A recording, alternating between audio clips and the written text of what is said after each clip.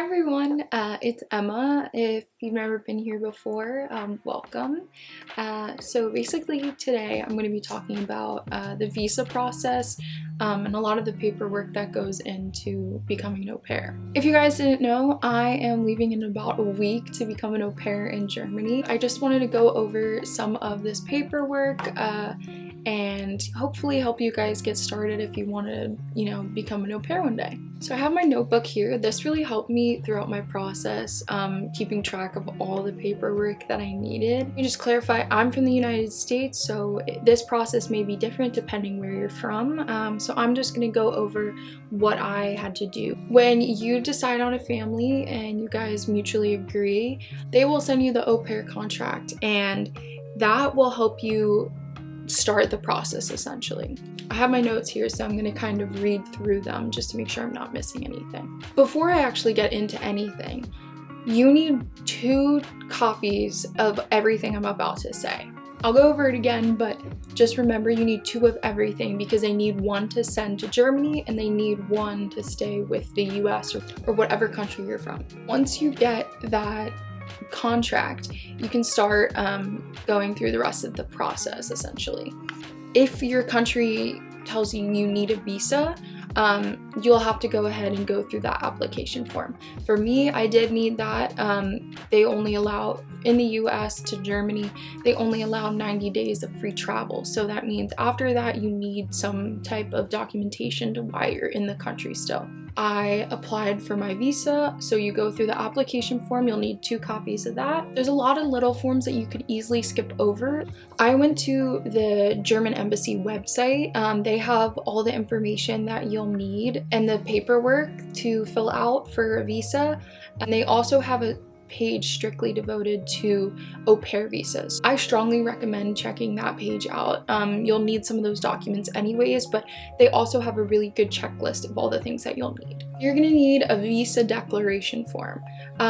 Essentially, this just means it's just a paper that you sign your signature off saying that you're a legal person. Like I said before, you're gonna need your au pair contract. That's gonna be a little bit of a lengthier form, and why I say that you need to wait till you talk to your au pair family is because they have to do a whole copy in German and for their family as well. So I recommend waiting for them to send you that, which should be right after you guys sign, and then you'll go ahead, fill that out, and make 2 copies. So that's a pretty long form just because there's a lot of technical things that go through it. So just keep in mind that you'll have to really go through that and make sure you're reading all the information. Depending on what country you're from, you're gonna need a language certificate. From my experience, when I went to the embassy, I had taken German for 5 years in high school. Instead of taking an A1 test, I brought 2 copies of my high school transcript from when I took German. In the form on the German embassy's website,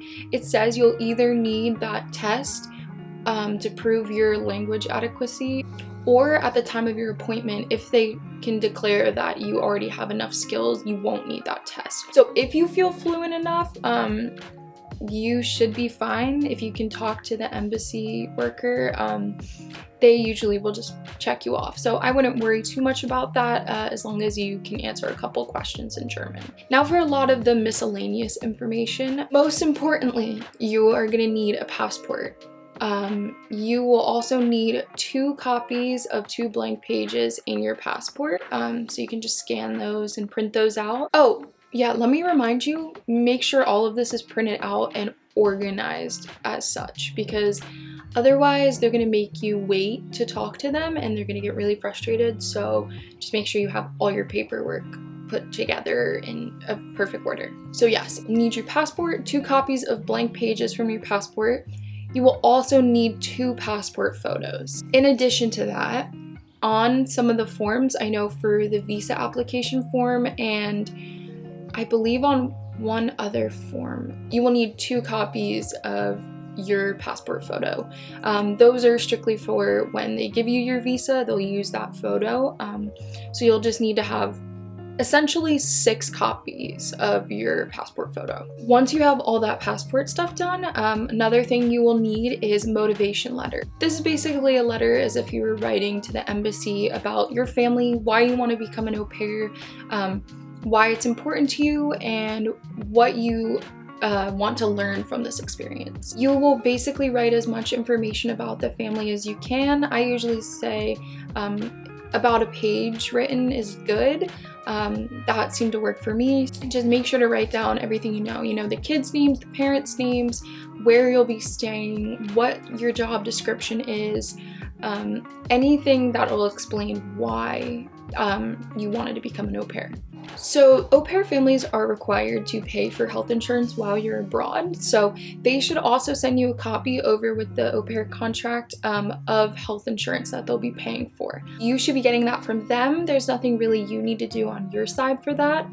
Just make sure to get that from them, and just make 2 copies of that as well. There is also an invitation letter. That is a form that I believe you get on the embassy website, if I remember. It's basically just a form that the family's saying, yes, we're having them come here, and then we'll have, they'll signature, I'll signature, and then it will all be good. Just make sure you have 2 of those. Something I needed, but you may not need depending on your family, I need an international driver's license. My family needs me to drive while I'm there, meaning taking the kids to school, taking them to practice, and I will need a car for that. So you need some proof of license while you're abroad. So the way I did it is I went to AAA in the US.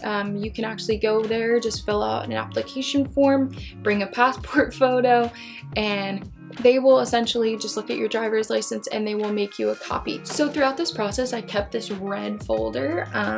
Basically, it was pretty thick of information to make sure I had everything when I went to the embassy. This is my international driver's permit. It costs like $20 to get, which isn't terrible. It has all your information up top with your passport photo in there, and you just sign off, and basically allows you to drive abroad. It's really important that you have that though, because God forbid something happens when you're abroad, at least you have proof of license.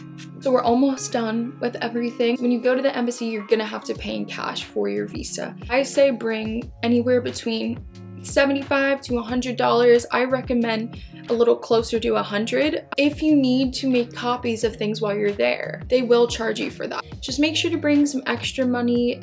Try and get exact change because they may not be able to give you the exact bag. Yeah, that seems about it. So you'll basically need 12 pieces of information or documents or money that you will need once going into the embassy. Once you get all of your paperwork put together, I usually say doing this a couple months in advance when you know everything will be returned to you. I say make your appointment a couple months ahead of time from when you plan to leave. I ran into a little bit of trouble with this because my passport was getting renewed and had taken a lot of time to come back because COVID and things were pretty much backed up. So I was in a little bit of a sticky situation and was like, oh no, I'm not gonna get it back in time.